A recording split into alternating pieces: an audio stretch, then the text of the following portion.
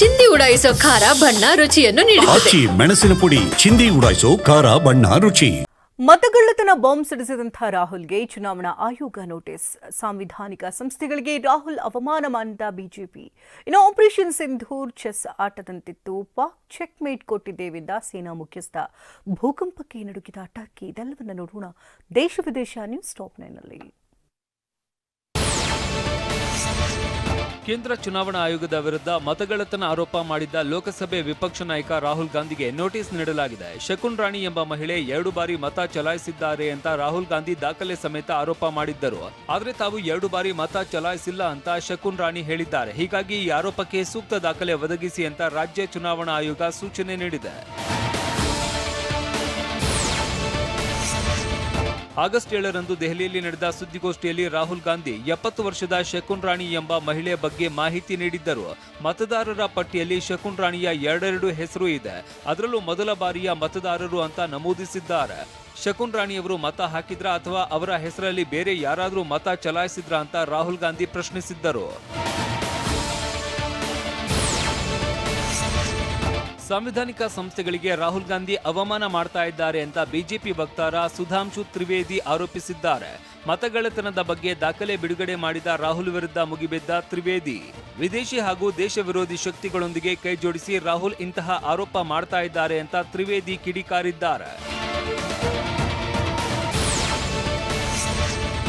ಪಾಕಿಸ್ತಾನದ ವಿರುದ್ಧ ನಡೆದ ಆಪರೇಷನ್ ಸಿಂಧೂರ್ ಒಂದು ಚದುರಂಗ ಆಟದಂತಿತ್ತು. ನಾವು ಪಾಕಿಸ್ತಾನವನ್ನ ಚೆಕ್ಮೇಟ್ ಮಾಡಿದ್ವು ಅಂತ ಸೇನಾ ಮುಖ್ಯಸ್ಥ ಜನರಲ್ ಉಪೇಂದ್ರ ದ್ವಿವೇದಿ ಹೇಳಿದ್ದಾರೆ. ಐಐಟಿ ಮದ್ರಾಸ್ನಲ್ಲಿ ನಡೆದ ಕಾರ್ಯಕ್ರಮದಲ್ಲಿ ಮಾತನಾಡಿದ ಅವರು, ಸರ್ಕಾರ ಸೇನೆಗೆ ಸಂಪೂರ್ಣ ಸ್ವಾತಂತ್ರ್ಯ ನೀಡಿತ್ತು. ಅಪಾಯಗಳ ನಡುವೆನೂ ಭಾರತ ನಿರ್ಣಾಯಕ ಗೆಲುವು ಸಾಧಿಸಿತು ಅಂತ ಹೇಳಿದ್ದಾರೆ.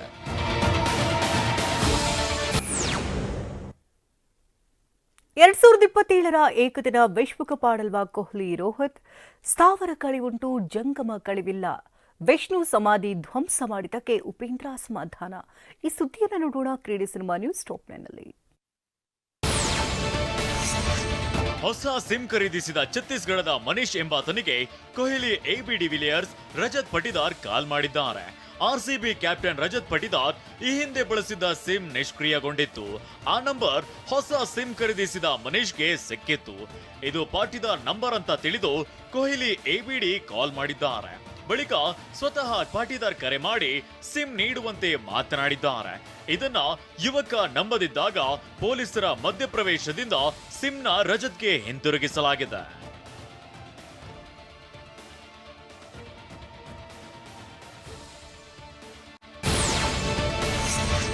ಟೀಂ ಇಂಡಿಯಾ ಏಕದಿನ ತಂಡದ ನಾಯಕ ರೋಹಿತ್ ಶರ್ಮಾ ಮತ್ತು ವಿರಾಟ್ ಕೊಹ್ಲಿ 2027ರ ಏಕದಿನ ವಿಶ್ವಕಪ್ನಲ್ಲಿ ಆಡಲಿದ್ದಾರೆ ಅಂತಲೇ ಚರ್ಚೆಯಾಗುತ್ತಿತ್ತು. ಆದ್ರೆ ಈ ಬಗ್ಗೆ ಬಿಸಿಸಿಐ ಶಾಕ್ ಕೊಟ್ಟಿದೆ. ಕೊಹ್ಲಿ ಮತ್ತು ರೋಹಿತ್ 2027ರ ಏಕದಿನ ವಿಶ್ವಕಪ್ ಆಡುವ ಬಗ್ಗೆ ಶೀಘ್ರವಾಗಿ ನಿರ್ಧಾರ ಮಾಡಲು ಆಗಲ್ಲ ಅಂತ ಬಿಸಿಸಿಐ ಹೇಳಿದೆ. ರೋಹಿತ್ ಶರ್ಮಾ ವಯಸ್ಸು 38 ಆಗಿದ್ದು, 2 ವರ್ಷ ಕಳೆದ್ರೆ 40 ಆಗಲಿದೆ.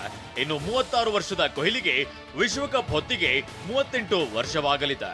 ಈಗಾಗಲೇ ಟೆಸ್ಟ್ ಮತ್ತು ಟಿ20 ಕ್ರಿಕೆಟ್ಗೆ ರೋಹಿತ್ ಮತ್ತು ಕೊಹ್ಲಿ ನಿವೃತ್ತಿ ಘೋಷಿಸಿದ್ದಾರೆ. ಇದರ ನಡುವೆ ರೋಹಿತ್ ಮತ್ತು ಕೊಹ್ಲಿ ಅಕ್ಟೋಬರ್ನಲ್ಲಿ ನಡೆಯುವ ಆಸ್ಟ್ರೇಲಿಯಾ ಟೂರ್ನಿಗೆ ಅಭ್ಯಾಸ ಆರಂಭಿಸಿದ್ದಾರೆ. ಈ ಸರಣಿ ಬಳಿಕ ಇಬ್ಬರು ನಿವೃತ್ತಿ ಘೋಷಿಸುತ್ತಾರೆ ಅನ್ನೋ ಚರ್ಚೆಯಾಗಿದೆ. ಇದೇ ಸೆಪ್ಟೆಂಬರ್ 9ರಿಂದ 2025ರ ಏಷ್ಯಾ ಕಪ್ ಸರಣಿ ಆರಂಭವಾಗಲಿದೆ. ದುಬೈನಲ್ಲಿ ಆಯೋಜಿಸಲಾದ ಈ ಟೂರ್ನಿಯಲ್ಲಿ ಟೀಂ ಇಂಡಿಯಾದ ಟೆಸ್ಟ್ ತಂಡದ ನಾಯಕ ಶುಭ್ಮನ್ ಗಿಲ್ ಉಪನಾಯಕನಾಗುವ ಸಾಧ್ಯತೆ ಇದೆ. ಡಾಕ್ಟರ್ ವಿಷ್ಣುವರ್ಧನ್ ಸಮಾಧಿ ನೆಲಸಮ ಮಾಡಿದ ವಿಚಾರವಾಗಿ ನಟ ಉಪೇಂದ್ರ ಬೇಸರ ಹೊರಹಾಕಿದ್ದಾರೆ. ಈ ಬಗ್ಗೆ ಸೋಷಿಯಲ್ ಮೀಡಿಯಾದಲ್ಲಿ ಪೋಸ್ಟ್ ಮಾಡಿರೋ ಒಪ್ಪಿ, ಸ್ಥಾವರ ಕಳಿವುಂಟು, ಜಂಗಮ ಕಳಿವಿಲ್ಲ. ವಿಷ್ಣು ಸರ್ ಅಭಿಮಾನಿಗಳ ಹೃದಯದಲ್ಲಿ ಎಂದಿಗೂ ಶಾಶ್ವತ.